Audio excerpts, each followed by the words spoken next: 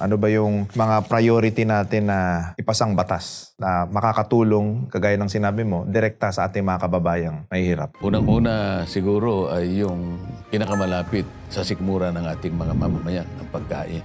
Sapagkat sa ngayon, alam mo naman, napakarami ang nagko-complain sa hirap ng buhay, lalong-lalo na kung isasangkot mo dyan yung presyo ng mga pangunahing bilihin. Pangunahin na dyan yung pagkain. Paano natin magagawa yun? Para bumaba ang presyo ng pagkain, kailangan nating makapag-produce ng mas maraming pagkain. Yun ang tinatawag na yung law of supply and demand. Habang hindi natin nagagawa ito, hindi kailan natin mariresolba ang napakailap na solusyon para lang ito ay ating may sakatuparan. Kailangan nating tulungan ang ating mga farmers. Yan ang una nating gagawin sapagkat alam ko na napakarami nating batas na nagawa. Ang naging problema lang ay hindi na ipatupad ng maayos mga batas na may kinalaman kung paano natin tutulungan ang ating agriculture sector. Kung sakasakaling magiging senador